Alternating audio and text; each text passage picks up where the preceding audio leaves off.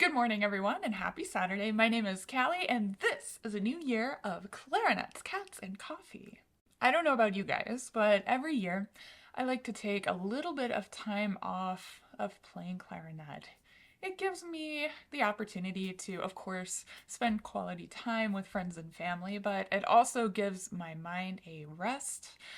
I don't know about you, but I tend to get a little bit over analytical sometimes and a little bit too when it comes to practicing. So just taking a few days off helps me recalibrate. And when I get back into it, I have a nice fresh mind and I'm able to refocus my practice goals and jump into practicing with a renewed sense of focus. So, in the spirit of things, over the next few weeks on my YouTube channel, I am going to take you through a journey where we kind of zoom into what makes a good practice routine for musicians, or in our case, for clarinet players. There are so many things that we do sort of mindlessly in our everyday life that playing a musical instrument can actually really help us refocus our minds and our energy. But sometimes we can bring the chaos of life into our practice routines and not even realize that we're kind of doing things that work against us and prevent us from learning and improving over time. So having a plan in place for good practicing can help us make progress over the course of time. So in order to help my supporters focus, this very first video, we're going to go over what makes a good practice routine. I won't go into depth because this very first week, I want everybody to kind of think about what they do and how they structure their practice time. So if you are a patron or a channel member, I have actually made a special PDF and I've already sent it to you guys. So you can go ahead and follow along on that PDF.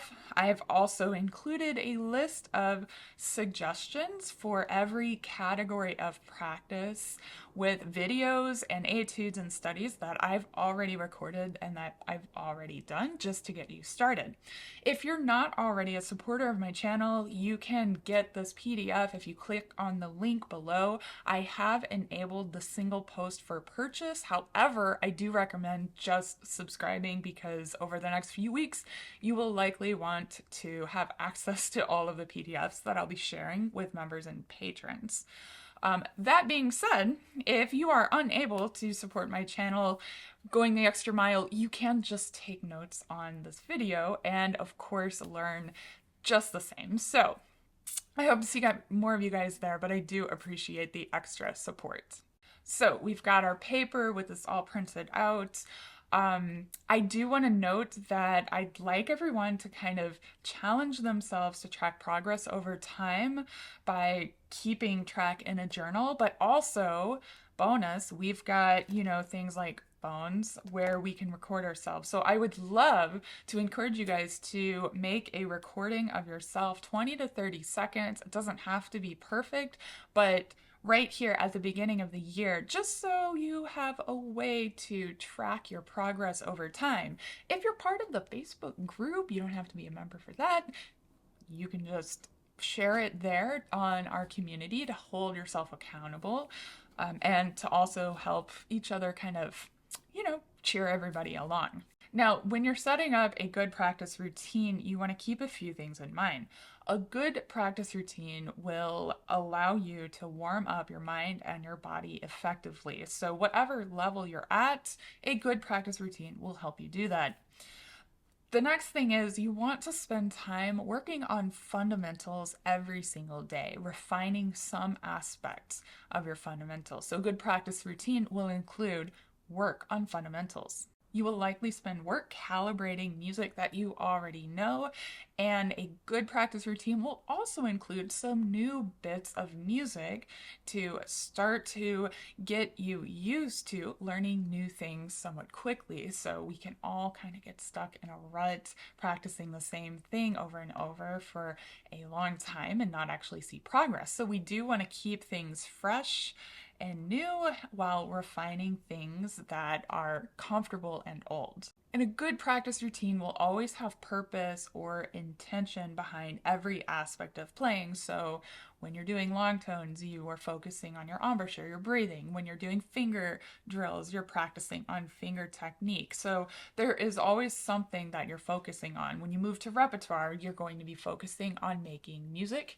expressive. And lastly, just remember that making progress, making big changes can really only happen if you take very tiny steps every single day. So it's important to set aside time to practice every day so you can see these results over a long period of time. So this is why I'm asking you to record yourself today, right now after this video. So in 2 months, 3 months, a year, 2 years, you can go back and you can see how much progress you've actually made with the dedication that you're putting into practicing.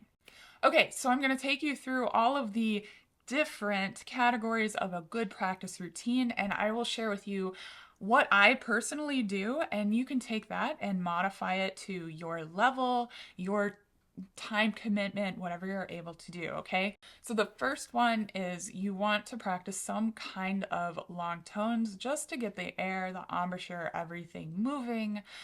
I have a legato warm-up that I like to do, and I usually spend about 5 or 10 minutes on that. Next week, I'm going to dive into depth this particular warm-up, and I've got a really great way to practice it to improve tone and tuning in this very short amount of time. So I won't get into this right now, but make sure that you're doing some kind of long tone work with purpose behind it. The next category is practicing finger dexterity, keeping in mind all of these fundamentals that you just did from long tones. Finger dexterity. I personally like to do some form of scales. So my long warm-up will include 30 minutes of Albert scales. My short warm-up will include about 5 or 6 minutes of close scales and some type of arpeggio study. I really like the Carbonari studies. And if you are not as advanced to be working on all kinds of arpeggios and scales, maybe you would work on finger drills instead. Short, effective patterns that maybe your teacher has assigned you from your book, but something to work on finger coordination and dexterity. And that may take, I like to spend about 30 minutes doing this, but if I'm short on time, I may only spend about 10.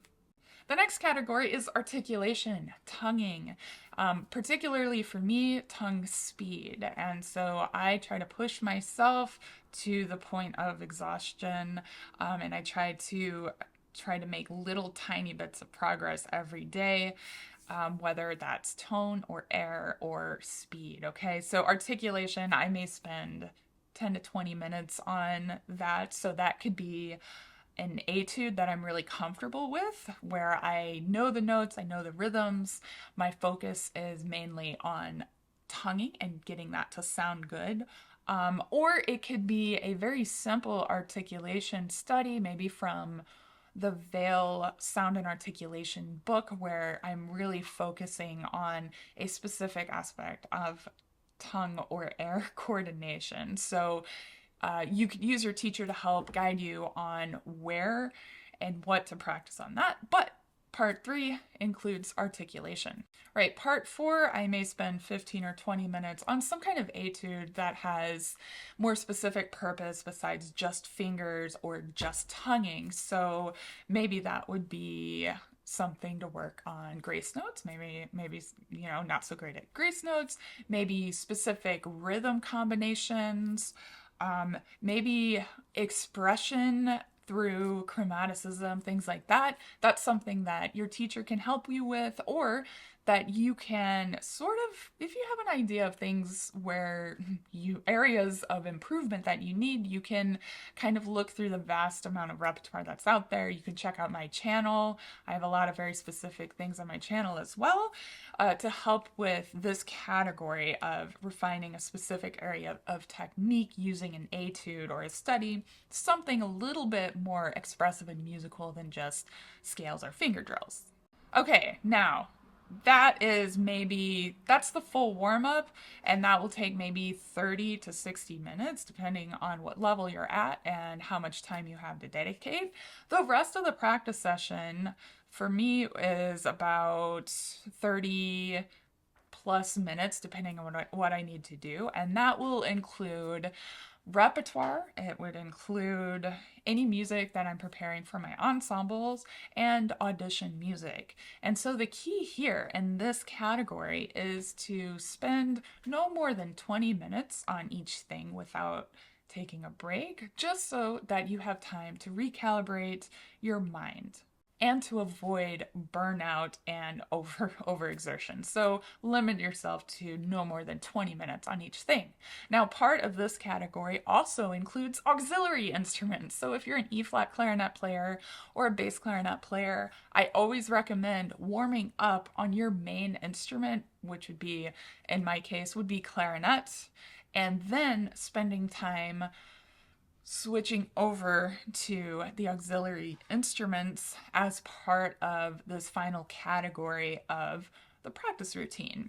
And so I will dedicate a video at the end of this whole series to recalibrating your embouchure and your air for the auxiliary instruments. And I do have specific exercises to kind of get in the zone for those instruments. But for now, you can measure out your practice time and include them in your practice kind of toward the end. So this is a lot of information all at once. If you have continued to watch up until this point, thank you so much. I really truly do hope that these tips over the next few weeks and even in this video will help you improve. My intention is to just be a good teacher to everyone. Now, in the spirit of things, I do love learning from all of you guys as well. So if you have any tips or tricks that you have learned on your own or from your teachers that work really well for you, please share them in the comments below so we can all learn from each other. Thank you all so much for watching. I hope you have a wonderful weekend, a good week next week. Next week, we're doing long tones, taking a deep dive into my secret for good tuning and good intonation. And as always, happy practicing.